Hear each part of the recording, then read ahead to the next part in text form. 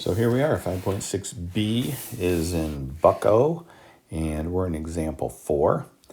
And this one kind of sounds like it's going to be tough, but it really isn't, because there's one clue that makes it simpler when you're doing something like this one.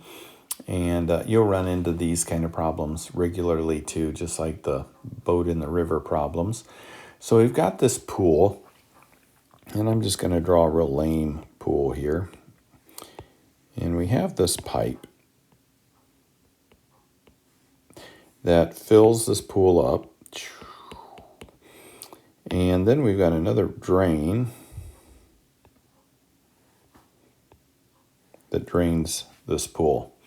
All right, so, which makes sense. You fill up a pool and you also empty the pool, but you don't empty and fill it at the same time. So that's why these problems seem pretty silly. So one pipe can fill the pool in 10 hours. So if that pipe stays on for 10 hours, that pool will be full. The drain can empty that pool in 12 hours. So if the drain is empty and there's no water coming in 12 hours later, it will be empty. But what if we turn on the water and open the drain at the same time? Well, because the drain drains slower than this pipe fills it, eventually, a long time down the road, the pool will still be filled because more water is coming out than is being drained. So again, why you would do that? No idea at all, but it's a story problem. So the pool is empty. Both the inlet drain and the outlet drain are open. They want to know how long it's going to take to fill this pool. So here's the tip. If you do everything based on 1 hour, how much the pool will fill and drain in an hour, then it makes it a lot easier when you get to the end here. All right, so if it takes 10 hours to fill this pool, how much or how full will that pool be in 1 hour? It'll be 1/10 of the way full, because 1/10 times 10 is a full pool. So it's 1/10 full each hour. It's 2/10 after the second hour, 3/10 after the third hour, etc. If we do the same thing here in 12 hours, the pool will be emptied in 1/12 of an hour, is how much will drain if the outlet is open. Every hour, 1/12 will be empty. So if we put amount in here, and then we take away the amount that drains, so if we take away the amount it will drain, then in 1 hour, it will be 1/x filled, okay? Because we're going to use x being the amount of time it takes to fill the pool. So x to full, or fill. Okay, so if it takes x amount of time to fill it in an hour, it'll be 1/x full, just like it was 1/12 and 1/10. Okay, so 1/10 full minus 1/12, the amount it drains in an hour, equals the amount of water in the pool at the end of an hour. That is really all the equation is. So now all we have to do is find the common denominator and multiply the entire thing by it. Common denominator of 10 and 12 is 60, and then we have our x. So we're going to do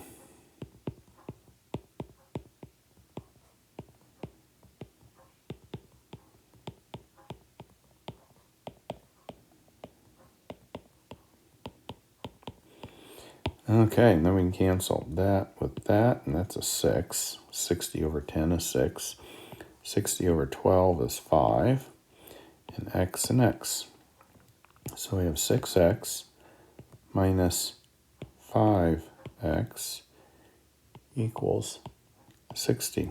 6x minus 5x is x equals 60. Holy buckets, that was not too terribly difficult. So it takes 60 hours to fill that pool when we have the drain open and we're putting in water at the same time.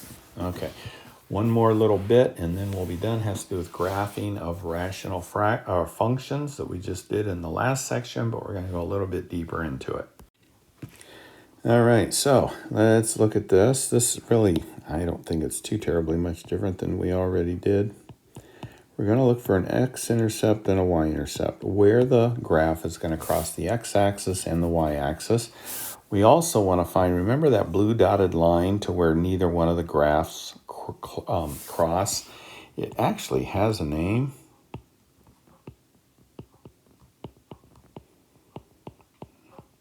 I don't know the book even it does say that. Asymptote is the name of that. So we are looking for the asymptote.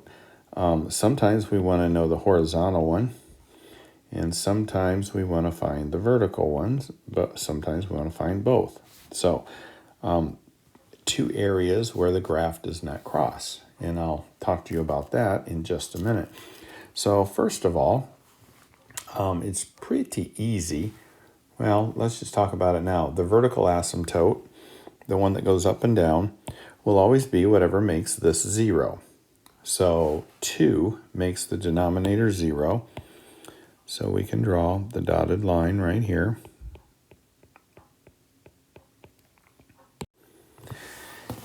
So I don't really like the definition or how they find the horizontal line. And I'm just going to put the horizontal line in here, and then I'll tell you what the book says. But later on, they'll go into a little more detail, I'm assuming. The horizontal asymptote is at 1, and the vertical asymptote is at 2. All right, the reason that they have this being 1 is because this number here will never, actually what happens is as this x gets larger, the graph will get closer and closer to 1. So as it's coming, it'll get closer and closer. It'll never get to 1 because we're subtracting 4. But let's say that we take 10 minus 4 over 10 minus 2. That gives me 6 over 8. Okay, that's not terribly close to 1. But if I have 100 minus 4, as I get further along this x line here, what happens to my y value? I get to 96 over 98. Now notice this number is getting bigger or closer and closer to 1. 96 over 98 is pretty close to 1. This is like 3/4.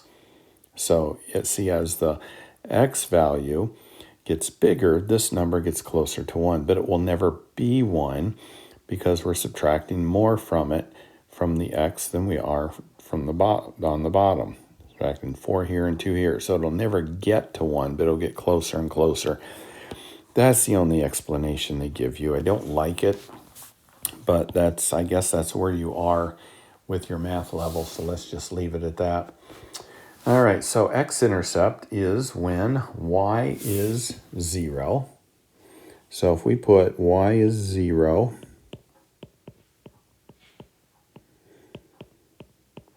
y will be 0 when the numerator is 0.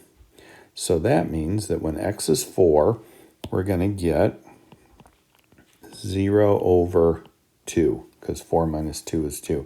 That equals 0. So our x-intercept is when our numerator is 0, and that happens when our x value is at 4. So I know it crosses there. Now let's see if we can figure out when our y-intercept is. Our y-intercept is when our x is 0. So when our x is 0, 0 minus 4 is negative 4. 0 minus 2 is negative 2, which equals 4 over 2, which equals 2. So I know it crosses at here too. Now notice I'm not allowed to cross I know these aren't connected because I can't cross the blue line. So it's going to be one of these curvy lines here and one of these curvy lines here. So once I have this, I start putting points on here, plugging in numbers to the left of the vertical asymptote and to the right and below. Okay, so I'm going to start putting in all of these numbers and see what my y values will give me. It'll give me numbers in here. Start putting in negative x values, and it'll start giving me positive y values here. And I end up with a graph that looks kind of like that. And that's how you do this graphing on rational functions. Not really a whole lot different from last section.